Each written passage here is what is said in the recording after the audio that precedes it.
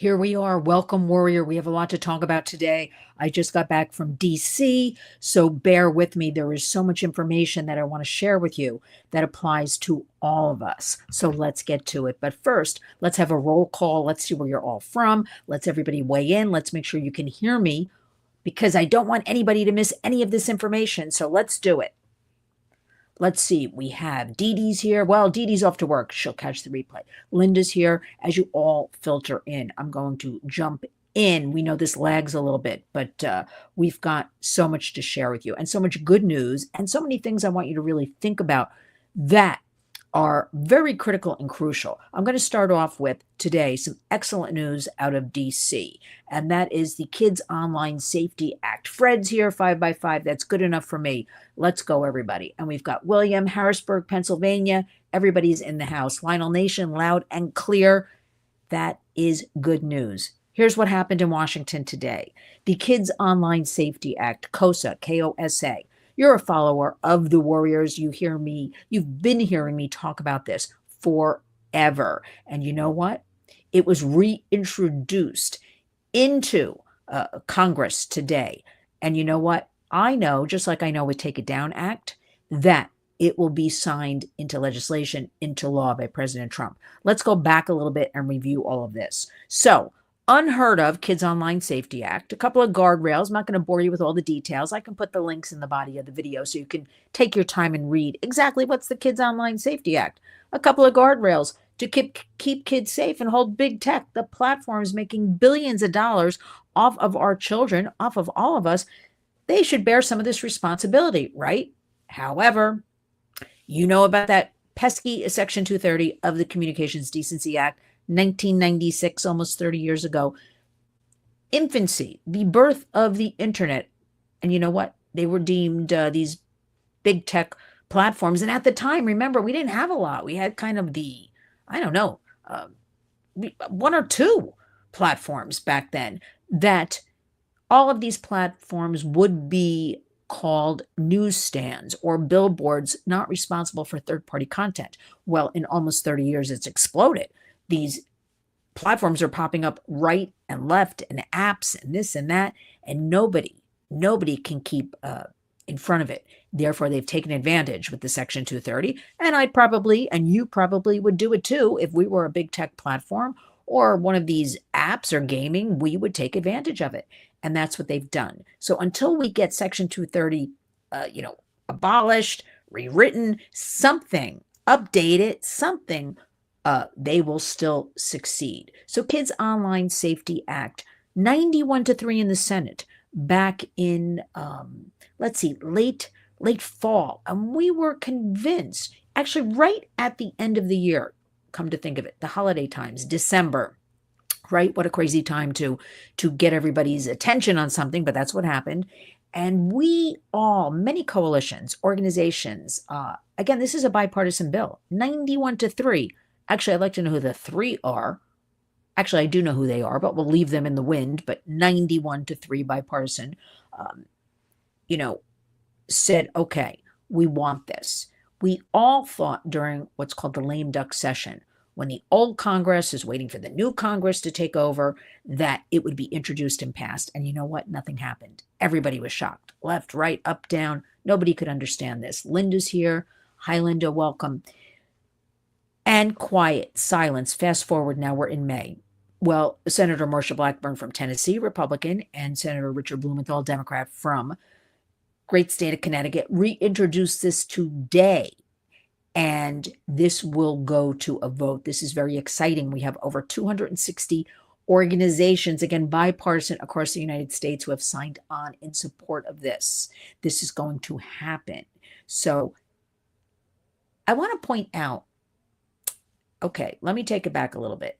We have the Take It Down Act, and I will be back in Washington on Monday at the White House to be present for the signing for President Trump, and our First Lady FLOTUS will be in the Rose Garden signing this into law. And I'm very excited about that because Take It Down Act holds big tech responsible. If you are notified, Facebook, Instagram, any of them, right? There is an image I want it taken down and you don't reply, you don't answer, you don't acknowledge, you have 48 hours, you can be held criminally responsible. So we have to see how this goes. So we have Take It Down Act. This is very exciting. I am very honored to be in the presence of POTUS and FLOTUS and be part of all. We worked very hard on this. Also, now we have, Kids Online Safety Act. I do want to point out, not to be a Debbie Downer, I feel like it's a little bit of a pat on our heads that, okay, we'll give you a little bit of this, because I do have to share with you when I was in Washington yesterday, and I'm going to tell you about that. While we were engaged in an event, we got word, the phones were buzzing, that on the Hill, that all of a sudden something was introduced where Congress does not want, the government does not want anything to do with AI disrupted for 10 years. Every state. And I have to research it more. I have to get more facts for you to share, but this is detrimental. This is criminal. This is, from what I heard so far, and again, I have to do a little more research to give you more facts, that even the states, every single state, can't push back against AI. There's also been a tremendous push from the Trump administration, including a speech by J.D. Vance, which I was very surprised as a dad and 3 young kids, how great all the AI, artificial intelligence, will be for our school kids and how they can utilize it and will help them. And also the Trump administration signing in K through 12, pushing AI into our schools. So you see, it's all this mixed bag of protecting kids, which is why I feel Take It Down and Kids Online Safety, a little bit of a pat on the head. At the same time, we've got this runaway train, and I mean a runaway train with artificial intelligence, because it is here, it is exploding, it is everything we warned you about. It's been there for the last few years. We're just waiting to come forward.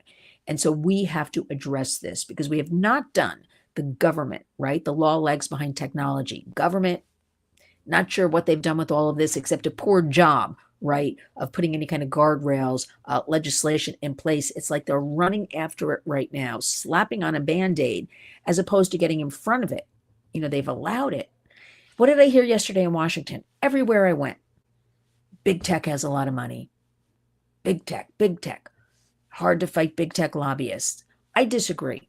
Our goal with the Warriors is getting into the White House, working with the administration, in making them aware at this very ground roots level of what real people are facing, what real organizations are doing, the boots on the ground, and what we need to do with our kids one by one. Sounds very simplistic. I don't know how, and I don't know is not part of our vocabulary at the Warriors. I don't know how to get a hold of this. So to hear J.D. Vance, or to hear the Trump administration, sign into law, we're going to, enlarge all of this AI, and it's going to be great for our kids. I don't know what they're thinking, because we already know we have problems in the schools. You know all this already. The education system, kids with the phones and the swiping, and now we're fighting hard to get phones out of the classrooms. And who would even fight against that? Like, let's have a few hours of instruction every day, and critical thinking, and conversation and discussion and talking to each other, eye contact and all kinds of things like that. And now we're putting the AI, and kids really won't use their brains. Why would they, when you can look something up on AI? Why should, as a matter of fact, I heard an interview of, there's this story of this teacher, and she quit her job young. And I heard it today. We had it on in the car radio. And she was explaining why she would quit her job she loved. She comes from a digital background, digital marketing background, she shared with everybody.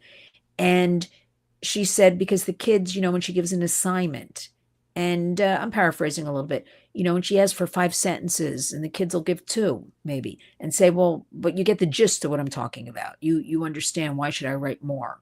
Or a child, she knows from the way they write or talk, they could never possibly, when she assigns an essay, this is not their language, this is not the way they talk, and give these very kind of polished pieces to her. That's not real. Right? So who's writing all this? Where's the information? I've constantly asked, you have to double check everything with AI or ChatGPT. Where's this information coming from? I've looked myself up and I see some inconsistencies of things, I supposedly addressed or did or spoke about, which I haven't.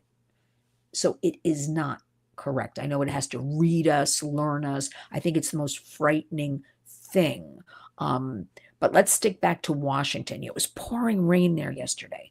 I guess, New York, we go out on the streets with an umbrella when it rains. Nothing stops us. In Washington, it was a ghost town and it was pouring rain. And I was walking. And when I went from a couple of different meetings, people are like, "Oh, how'd you get here?" I'm like, "Well, I walked." They're like, "You walked? You didn't take a car or the metro?" I'm like, "No, I walked. It's a 5-minute walk. Why would I, by the time you get in a car, get out of a car, go down into the subway or metro, as they call it there, come back up, I could walk there." They're like, "Really? You walked in there?" I'm like, "I walked in the rain." Yes, I did. So I also want to share with you, very exciting, because here's what I have to say about Take It Down Act, which I am thrilled. Again, I can't say I am honored to stand with our president and our first lady signing this piece of legislation into law. Also, Kids Online Safety Act, that will happen as well, because something is better than nothing. At least we're talking about it. At least we have an administration who is showing something, some kind of care towards our kids, our families, towards you, right? And also, we have more of the public on board. And that brings me to, I was with our great friends yesterday and allies and colleagues at the National Center on Sexual Exploitation. And they gave a wonderful live presentation, and it was also streamed online for those around the country or world to watch, because this is part of AI as well. Remember what I like to tell you.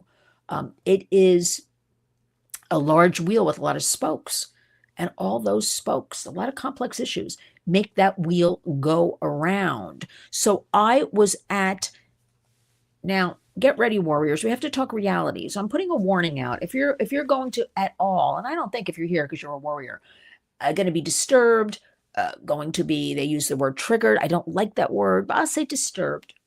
Then maybe you want to walk away with what I'm about to talk about. But this is the reality now. This is what's going on. This is what we need to address. If we don't talk about truths and facts and what's actually happening, how can we help our children? Before I jump in, I see Rick is here and everybody's saying hello to each other. Fred is here. Okay, so let's go. So our great friends at the National Center on Sexual Exploitation recently released a great study. They spent a lot of time, a lot of effort. These are very difficult to do, these studies, right? Because of the subject matter. Identifying image-based sexual abuse. It's called IBSA, IBSA for short. And classifications and definitions of what this is. And why this is so important right now is because with the artificial intelligence, what is an image-based sexual abuse? Like, nobody knows what all these things mean. If we working in this, as these things pile up on a daily basis, are trying to catch up, how can the public get on board with us, right? How can they understand? So I want to suggest to all of you, I'll put it in the body of the video, to please go to, it is called notafantasy.org, notafantasy.org, a website by our great friends again at endexploitation.org, which is the National Center on Sexual Exploitation. They do terrific work. And the apex of all of this is pornography. I know, we got to talk about it. It is so out of control. Something I learned yesterday, I did not know, and I'm surprised I didn't know this, but I didn't, I'll admit it, is that first of all, pornography on a monthly basis has more visitors, more downloads than all of the mainstream YouTube, Amazon, everything combined. Pornography websites have more visitors. First, let's address and thank Gracie Loves George. Thank you very much for that. Every penny is so appreciated. We have so much to do with our survivor empowerment, so much to do with our education series. We are going full force, and everybody knows, I don't have to tell you, it costs money, right? Materials alone. I'm doing some flyers for an event, and when I looked up the cost today to do these flyers properly, because we do everything properly at the Warriors, is almost $1,000. I mean, think about this. Think about this. Nice stock paper, colors and things like that. Now, $1,000. So you understand how critical and crucial it is. Thank you very much, Gracie Loves George, for every penny we get. But let's get back to this pornography. I want to stick with this because it's something I haven't really spoken about with the Warriors a lot. And we must, because our children are so deeply affected by this. But what I didn't know is most of these pornography, there are hundreds of them, these websites, and we're talking OnlyFans. It is, in my humble opinion, that is a trafficking website. That's what I'm saying. That's my opinion about all of that. We now have men and some women becoming agents on OnlyFans. I learned this yesterday. I kind of heard about it actually too, but it was confirmed yesterday in Washington.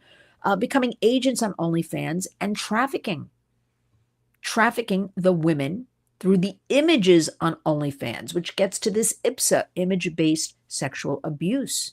It's trafficking, force, fraud, coercion. It's a very mixed up kind of thing to talk about because most women want to go on, are they forced to go on OnlyFans? Are they of age? Because the thing that's sticking here is we have a lot of minors on OnlyFans, right? Minors. And that goes into that age verification, a whole nother spoke on the wheel. Absolutely. Maybe a separate program. Because if you're of age, how are we proving all this to be sex trafficking, human trafficking, labor trafficking? To me, labor and sex trafficking, kind of the same thing. If you're forced into sex trafficking, that's kind of labor if you want to look at it that way. So we have all kinds of issues. And what people do when it becomes complicated, which it is, people shut their eyes, close their doors. We cannot, because I am telling you, we have to think of our children, our teens, our youth, our future adults and leaders in America. We got to get tough about this stuff, right? So if it hurts, it hurts. Rick Rohr saying about groomers. Absolutely. If you're talking about OnlyFans, a lot's going on there. Linda says, I tease my kids that they had to enlist in the AF because I spent their college tuition on Xeroxing public service information. Okay. I think I understand that. But let's get back to this pornography. So actually, all of these sites are owned by very few companies. There's like 3 companies in the world, foreign companies, entities that own all of these sites. And since the 2000s, they've used the internet to aggregate and distribute this pornography across the planet, and they're making billions of dollars. You have Pornhub. We've all heard of that, right? You have X videos, XNXXX Hamster, all these names, and OnlyFans, and they built their empires in no small part by exploiting, you got to think about this, the rights, the bodies, the images of countless individuals with image-based sexual abuse. IPSA, what we're talking about right now. And one of the most, and I'm trying to wrap my mind around this, horrifying components of this business model is that they're utilizing this free kind of, what do we call it, marketing strategy that has both spurred and depended, how can I say this, on the non-consensual distribution of sexually explicit material by uploads, anonymous third parties, different distributors on sites, internet pornography. But here's the thing. I don't care what you do as an adult, I care about what's happening with kids, what's happening with minors, what they're seeing, what they're forced into, because they have easy access. I have said this to you before. They may not even be looking for any kind of pornography, and they're coming across it. The algorithms are designed to get the most eyeballs on the product, which is pornography. So why everybody says, oh, porn is free. I remember when that came about, I want to say maybe within the last 10 years, a couple of people, I remember they said, oh, porn is free now, on the internet, all excited. That's part of gathering all this information and images to create this, image-based sexual abuse. So we've got to talk to our kids about all of this, about the exchanging of nude images, about what is image-based sexual abuse. I want all of you, I'll put it in the body of the video, to please share this information. Talk to your kids age appropriate. I mean, when I hear we have 7 and 8-year-old girls online with men because they have a phone, it goes into, I understand, what are the parents doing? Why do they have a phone? Who's watching them? I get it, but we have to do something critical and crucial. So let's go back to Take It Down Act, Fantastic. It's doing something. It's getting people together to talk about it. Kids Online Safety Act, again, getting people together. And both of these, I'm very proud because in the last few years, as you all know, we have had nothing that is really bipartisan coming together. So at least we have a show of force and it's increasing. There are so many things going on in Washington right now. I will also be, the Warriors will be part of on Tuesday a congressional briefing about our girls and sex trafficking and this image-based sexual abuse. Now, we have to always remember with all of this, traditionally we talk about girls, but we have to talk about the boys too. Part of the event yesterday is we had, and I've interviewed her, go back and look, Jewel Baraka, she's here on the Warriors channel. She wrote a book called Raised on Porn. We're at 14 years old. She was thrust into this, no family watching her, and she was on these porn sets, and this went on for years. She didn't know she was 14. She went along with whatever they told her. She wasn't making money from it even, but she was a scared little kid, right? Fast forward, grown woman now, she realizes there weren't names. Remember, there weren't, okay, now I really digress. I was thinking about, so now we have the Menendez brothers, right? They're going to be retried, resentenced. I guess it's resentenced. I'll have to check with my husband. Remember, I'm not a lawyer. Resentenced. And I have to dive into this one a little bit. I was on the road in Washington yesterday, early morning to late at night. And when they accused their parents of this sexual abuse, right? That I remember at the time hearing a little bit like in the National Enquirer or something like that, but it was not allowed to be entered into, their trial. And we didn't really have words back then for any of this, or did we? We didn't really talk about it. We've talked about domestic violence more in maybe the last 30 years or so, but the trafficking, the exploitation, that's only coming into the picture now. Rick points out a good fact. Tracy Lords, what happened with her? She was a teen, right? And I think she was like 12 or something, and she was in these movies, these porn videos. But let's get back to Jewel Baraka, who was at the event yesterday. And again, I was very honored to be there and be part of it, and want to learn more and share with you so we can share with everybody, our kids, our grandkids, right? Society. Her mind didn't understand because somebody was asking, like, why didn't you run away? When you come from a vulnerable household, you have no parents watching you, drug-addled parents, one parent, a mother working 3 jobs, all kinds of things going on. People have to remember this. There are all kinds of households. A child may think they are better off in a different situation, and they get sucked in, as Jewel explained, and she didn't know how to get out. Now, I know that sounds almost crazy. Where is she getting out to? Where is she going? When this group on the porn set, the directors, the actors, all adults, almost became her family. Even though she was abused, that is what she became used to for many years. And the only way she really got out, I believe, is because she got too old. The younger, the better. It sounds disgusting. I feel like I need a shower when I say that, but that is the truth. And we also had a young man, now dad of 4, and I'm going to be interviewing him, so I'm going to leave it at that, who for 7 years was out in Hollywood making these porn movies. And again, no dad in the household. He kind of got sucked in, very vulnerable. And now he talks freely. He is preaching, ministering on this, married to a wonderful woman, 4 little kids, and he wants everybody to know how kids can get sucked into this. So if that happened then, right, what do we face now? It's online, all this stuff. Yes. Don't forget, we talked about that one. And on top of that, the Stockholm Syndrome. Absolutely. Absolutely. So remember also, when we were kids, we heard things, we read things, maybe we saw things, but now we've got this internet 24/7, right? Coming at the kids. And the dangerous proven, remember, this is all proven what I'm telling you, Plenty of studies. I won't bore you with that. With the dangerous algorithms, big tech's goal is making money, and that requires eyeballs. So we have all of that going on.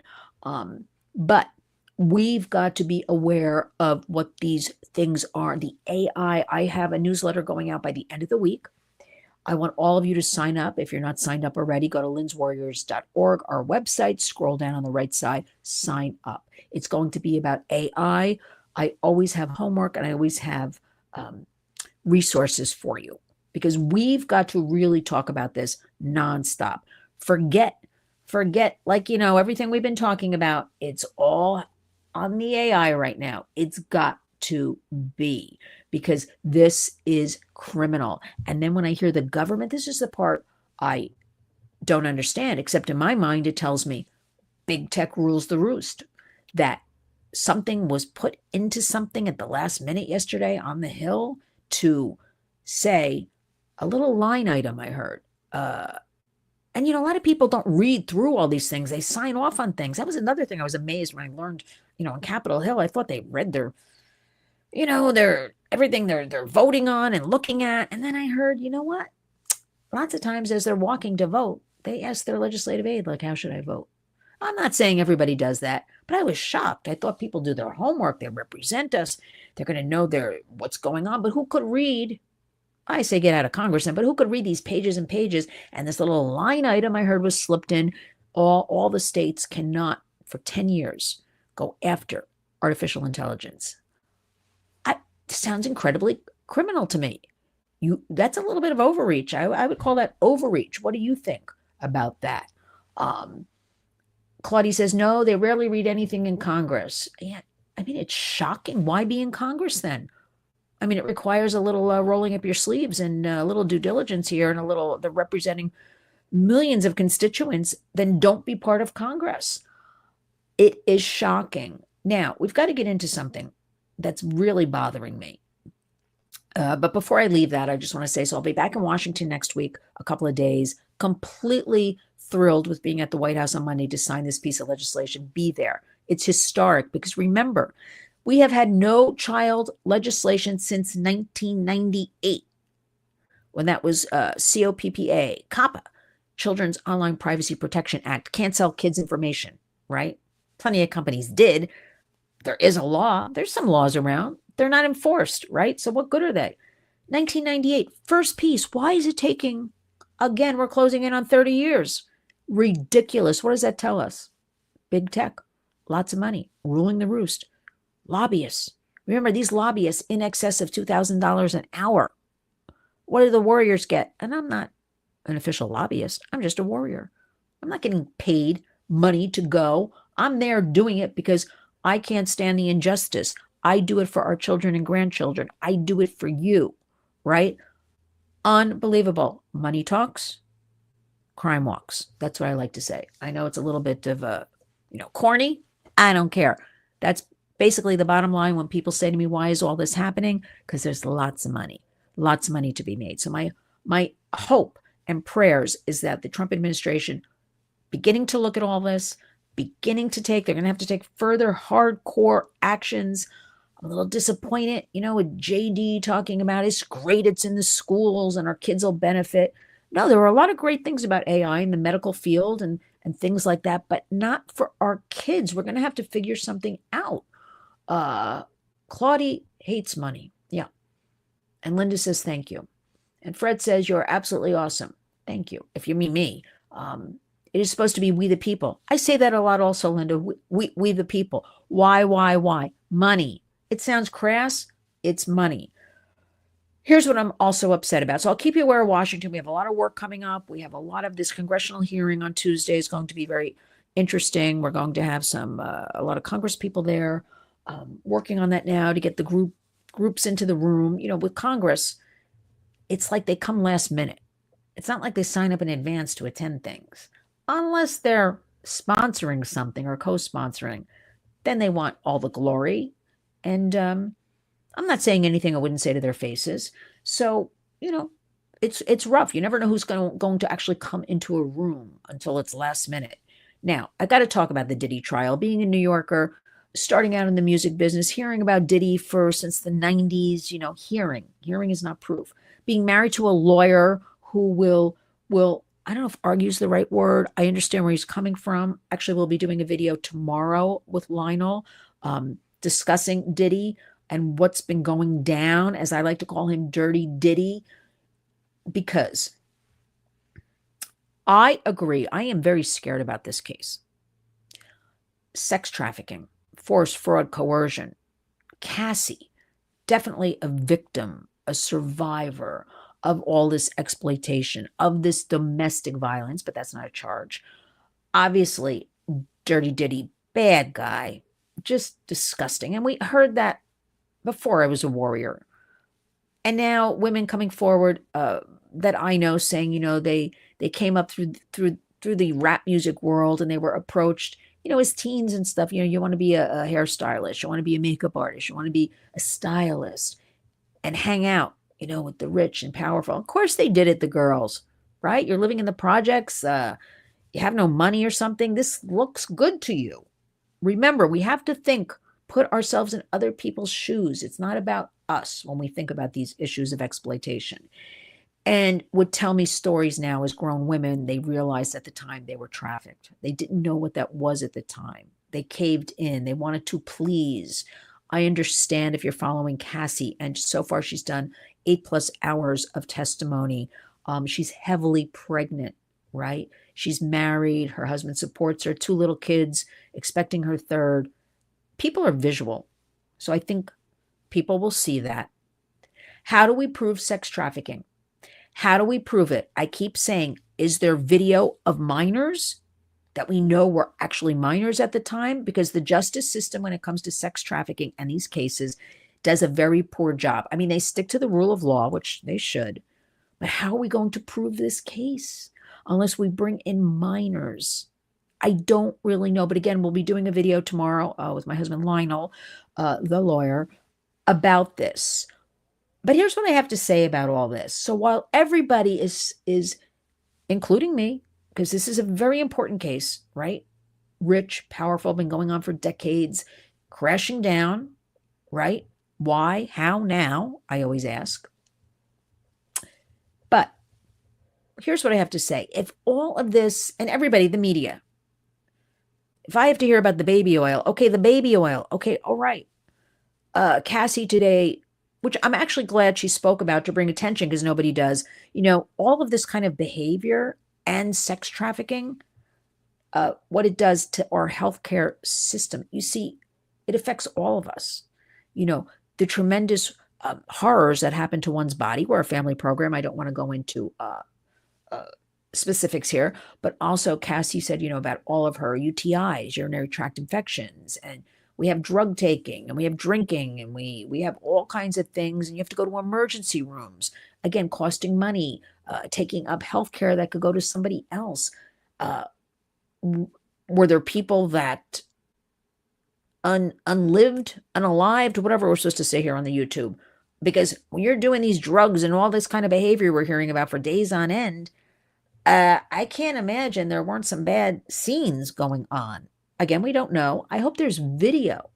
Again, how are we going to really prove this? But here's what I want to say. Well, everybody's lining up at the courtroom and people waiting overnight, and everybody loves all the salacious, low-hanging fruit details of the baby oil and the this and the that and the freak-offs. And let me tell you something. If all of this attention could be put on sex trafficking in America, what is going on with our government? How was this allowed at our borders? 96 NGOs who were there to vet children and place them properly. And now these kids, and I'm sorry, we have reports over 300,000. Then we have reports 500,000. I heard it's truly over 800,000 of these unaccompanied minors came into the United States. We might as well say 1 million. Right? If I'm being told 800,000. Where are they now? Why isn't this attention put on not only them, what's happening to them, and why isn't the attention put on all this media attention? Why aren't people lining up for regular sex trafficking trials of these monsters who do things to kids? Why can't we put the emphasis on that? Uh, why can't we put the emphasis? It comes to mind. He sticks in my mind so much. 14-year-old Sebastian Rogers, who disappeared, went out to dinner with his mom, never to be found again. And the case is maybe close to a year and a half now. Just gone, poof. People have a lot of Ring cameras and there's nothing.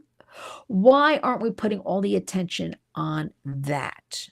Okay, but we're putting it on this dirty ditty. I understand it's a big case. I'm talking about it. I'll be on Nancy Grace tomorrow talking about it. But I want people to understand about sex trafficking. I want people to support, victims and survivors and families about this happening in the United States. I'm talking about in the United States. I'm not talking. It's funny. I was just invited to something in Washington, and it is a human trafficking summit, but it's all international. Sponsored mostly by people from Mexico. Now, just follow me with this one. So I originally thought, okay, I'm about United States. Then I'm like, Mexico's our neighbor. All of these cartels, which we're still not talking enough about, they're here. They're still trafficking. They're in all 50 states, according to law enforcement. They are trafficking. They are getting our American kids in middle and high schools to deal their drugs and to traffic their peers. Let's put the emphasis we're putting on Diddy. Let's put some of it on that. I understand it's not sexy and it's not baby oil kind of talk. This is our country. I am frightened for our kids. If we don't talk about it, raise awareness, take actions, work within our own homes and communities, I don't know what their future is going to be. We have to stand up. This is not the country we grew up in. Plus, we didn't know things in those days, right? Let's admit it. We had a couple of news stations. We didn't have the internet. We didn't have a lot of this back and forth dialogue. I can talk to you wherever you may be. And it's great. That's what's leveraging the internet for good is all about. So let's really leverage it for good and talk about what's important. Although uncomfortable and dirty and ugly, we've got to talk about it. But let's talk about our kids. How and why are we letting predators online tell our kids what to do? You buy a device for your child. I am sorry, I'm a broken record. You put guardrails on it. You talk to your child. You be aware. Your child is gaming, because that's very popular, especially with the boys. You understand they can't be on there with strangers from around the world taking advantage. I mean, they have warehouses in Nigeria where they sit one after the other at the tables, targeting our American boys specifically in middle to upper class neighborhoods because they think they have money for sextortion. Now, I've been telling you this. The government knows this. The government has to do more right now. So let's finish up with a little bit of our homework. I want everybody, I'll put the notmyfantasy.org, start looking into this image-based sexual abuse. Let's talk about AI. Sign up for that newsletter coming out by the end of the week. And to all of you, let me see what everybody's saying. If it wasn't for you, I still wouldn't know about this epidemic. Fred, you are a warrior indeed. You've been so supportive of us and helpful for us and spreading awareness and sharing your own journey. We thank you for that, for always being here. Linda, you've been here a long time too with us from the beginning. Pink brand is a horrible thing. There's so much horror, but there's so much good, right? Like we tend to not talk about the good. I am telling you, so many more parents and family members are aware of this. So many more schools are signing on to getting the phones out of the classrooms during instruction. So many more families are homeschooling, a wonderful thing. I mean, 20 years ago, right? Does everybody remember 20, 30 years ago? That was considered like weirdos or something if you were homeschooling, right? I really firmly believe that kids can just benefit from, just my opinion, a couple of hours of instruction a day, maybe 2 to 3. That's it. And then the rest of the time, 2 or 3 hours must be spent on real life. Whether you go to a park, you go to a dance class, you do some sports, you go bicycle riding, you go to a museum, you go to the beach and look for shells. I really think in the world we live in, that's the structure. Not going from class to class and then you've got a study hall and then you've got the lunch period and then you got this and that. And forget all that new world. But with that being said, that requires work on our end to support our children and to be able to do this. And a lot of families can't do that. But that's why here in New York, we have these teaching pods where, it could be 8 students one day at one apartment, and then the next day it's 6 students at somebody else's apartment, and they seem to make it work, and the kids are thriving. There's some studies for that. I leave you with the alpha generation, those born in 2010 forward. That would make somebody 15 and under. They are getting back to tradition. We're talking kids now, 15 and under. They want family time. They want to know about old TV shows. They want to know about they want to put down the phone more. Phones aren't going away. None of this is going away, but we can put them away for a little bit every day, right? Put them down and do some other things. They are into books and reading, actual books, not reading on the phone. That swings us back to, going to bookstores, going to libraries. So there is a lot of good happening, and a lot of good happening in Washington. Thank goodness the alternative to this administration, I can't even think about or talk about. But we've got now a period of time to make a difference. I ask all of you to really honor our hashtag, which is Community Creates Change, and join me in being a warrior and focusing on all these good things and focusing on really raising the awareness, really the attention. When we put a call out to sign on, we have a couple of pieces of legislation we need hard to go in on. When this AI piece where you can't go, I know right now in Washington, they're crafting something, all of our colleagues, for everybody to sign on. I'm going to share it with you so you can sign on. There's power in numbers. We can't have anything that says 10 years you can't go after AI, right? I don't even know what that is. I can't even begin to explain it to you. So I'm going to ask you to sign on to that once that's crafted, which will be very soon. I think probably by tomorrow, because this is an emergency situation with Congress. And that I am so thankful for all of you, for being here, for listening, for participating. I'm going to try to come to you maybe next week from Washington. I'm going to do it. I'm going to do it live. I want to share with you perhaps, a little bit of the White House grounds or something like that, coming to you live so you can be there with me, because I can't do my job without all of you. You all empower me to do what I'm doing. Let's go through. Let's make sure I caught everybody's comments. And Gracie Loves George, thank you very much. Everybody for being here. Linda, Fred, everybody. Now remember, overwhelming, dark, and ugly for sure. But if I tell you there's a lot of good happening, stay with us. linswarriors.org, Community Creates Change. Watch for our pop-ups we've got a hectic schedule the next few days, but pop-ups for the next live, and you'll be with me in Washington. I'll figure out how to do a little live streaming. I'm sure I can figure it out. And remember always, it's about the kids, our future adults, our future leaders, and let's protect them. Every child deserves safe spaces, a safe childhood. And I'm here to help you with all that.